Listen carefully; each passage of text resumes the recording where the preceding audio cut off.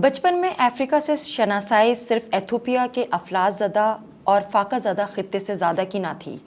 وقت گزرنے کے ساتھ ساتھ ملکی اور غیر ملکی سیاست کی باریکیاں کچھ سمجھ آنے لگیں، تب نیلسن منڈیلا والے افریقہ سے تعارف ہوا۔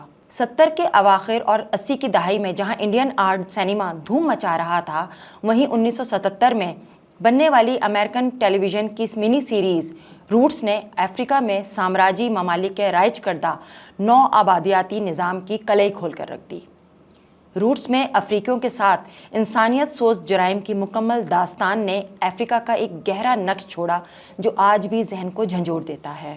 پھر 92 کے کرکٹ ورلڈ کپ میں ساؤتھ افریقہ کی شاندار کارکردگی نے شمالی افریقہ کے اس حصے کو ٹٹولنے پر مجبور کر دیا۔ تب یہ عقدہ کھلا کہ یہ افریقہ کے نقشے میں ایک خوشحال خطہ جبکہ مغربی صحرائی حصہ غریب اور پسماندہ ترین ہے، جس میں گنی، سینیگال، گیمبیا اور اس جیسے کئی اور ممالک شامل ہیں۔ پھر آ گیا پچھلے سال 2023 میں سمینا ناظر کا ناول سیاہ ہیرے۔ اس ناول میں لکھاری نے مغربی صحرائی افریقہ کی جزیات کو قارئین سے متعارف کروایا۔ سیاہ ہیرے میں افریقہ کے پس منظر میں بیک وقت چلنے والی 4 کہانیوں میں بنے کرداروں نے وہاں کے باسیوں، ان کے رہن سہن، پہناوے، کھانے، رسم و رواج، سماجی، معاشرتی اور مذہبی رجحان کو قارئین کے سامنے منوعن کھول کر رکھ دیا۔ گھومنے پھرنے کی غرض سے گزارا ہوا 1-2 ماہ کا عرصہ کسی بھی ملک یا معاشرے کو سمجھنے کے لیے قابل اعتنا نہیں سمجھا جا سکتا۔ اس کے لیے اس معاشرے کا برسوں حصہ بننا بہت ضروری ہے، اور سمینا نذیر نے اپنی زندگی کے 14 سال افریقہ کے مختلف ملکوں میں گزارے، بلکہ سچ تو یہ ہے کہ ان ملکوں کی خاک چھانی، تب کہیں جا کر سیاہ ہیرے جیسا بہترین ناول تخلیق کر پائیں۔ سمینا نذیر ہر فن مولا خاتون ہے جو بیک وقت کئی محاذوں پر ڈٹی ہوئی ہیں۔ ٹی وی اور تھیٹر اداکارہ، تھیٹر ڈرامہ رائٹر، تھیٹر اور اسکرپٹ کی استاد، قصہ گو، افسانہ نگار اور اب ناول نگار بھی۔ سب سے اہم خصوصیت یہ ہے کہ سمینا زندگی کے نشیب و فراز کو بڑی بہادری سے جی کر آج اس مقام پر پہنچی ہیں۔ سمینا نذیر کے ناول سیاہ ہیرے کی اشاعت بھی کلوں کی طرح مکتبہ دانیال سے ہی ہوئی۔ بقول سمینا، حوری نورانی نے سیاہ ہیرے کی نوک پلک ایسے سواری جیسے کوئی اپنی پہلوٹی کی اولاد پروان چڑھاتا ہے۔ سیاہ ہیرے بر صغیر کا غالباً پہلا ناول ہے جس نے افریقہ کی نو آبادیاتی اور نئی نوآبادیاتی نظام کی تاریخ کو ادبی فن پارے کی شکل میں پیش کیا۔ ناول کا پہلا ہی صفحہ قاری کو اپنے سحر میں جکڑ لیتا ہے اور پھر پڑھنے والا خود بخود پنے پلٹتا چلا جاتا ہے۔ کچھ ہمارا ماضی بھی نو آبادیاتی نظام سے جڑا ہے، تو اس بنا پر ناول کی بنت سے ایک خاص قسم کی انسیت محسوس ہوتی ہے۔ کہانی کا آغاز اپن کے کرانچی سے ہوتا ہے، جس کا مرکزی میمن کردار سلیم گھانچی جو ایک سونار کی دکان میں ملازم ہے۔ سلیم آپ کو کراچی کے لالو کھیت، کماڑی، منوڑا، بلو، ہر لمحہ رکو میں رہنے والے اس کے اپنے ابا، علاؤدین جیولرز اور اپنی معشوقہ حور شمائل سے ملواتا ہے۔ دکان میں دن دہاڑے جیسے ڈکیتی پڑ گئی ہو، کیونکہ حور شمائل جاتے جاتے اس کا دل جو لے اڑی تھی۔ ناول میں 4 ادوار کا احاطہ بڑی روانی اور سلیقے سے کیا گیا ہے کہ کوئی بھی دور ذہن سے نہ محو اور نہ ہی تخیل سے پرے ہو پاتا ہے، اور کہانی کا تسلسل ہنوز برقرار رہتا ہے۔ لالو کھیت کا سلیم، کوناکری کی فاطماٹا، فاتو، جارائی، لیلا، نینی فاتح، یوسف کباڈیا اور اجمیر کا راجیو شرما ناول میں 1994 کے کردار ہیں۔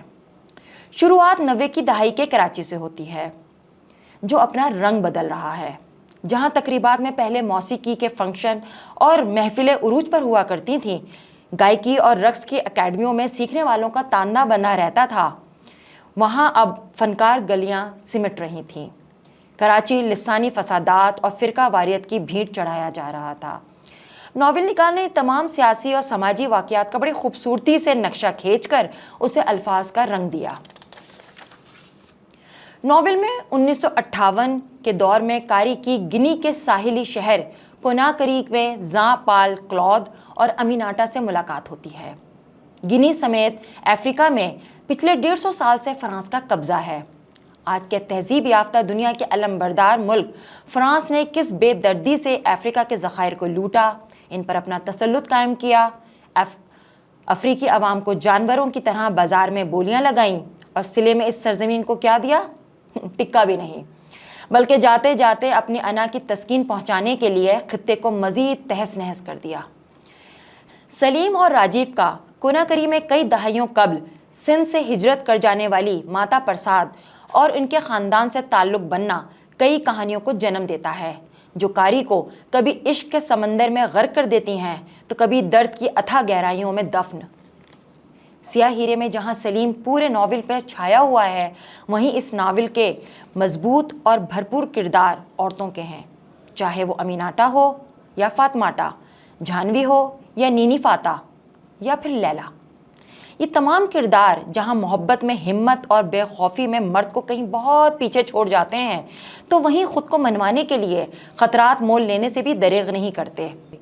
اور مولائی ادریس زریون کی حسین دوشیزہ حلیمہ، جو سلیم کو کس بہادری سے اپنی دردناک کہانی اس وعدے پر کہ بتی گل ہی رکھنا کیسے کربناک انداز میں سناتی ہے کہ یقین ہو جاتا ہے کہ اندھیرا کئی راز اگلوانے کی صلاحیت رکھتا ہے۔ سیاہ ہیرے میں ایک ایک جملے میں عورت کے کئی روپ کاری کے آگے ناچتے چلے جاتے ہیں، جیسے کہ عورت کو بھی اپنے زخم چاٹنے میں زیادہ لذت ملتی ہے۔ سامنے سانولی موم بتی پگھلنے لگی، عورت تیرا نام گرگٹ کیوں نہ ہو۔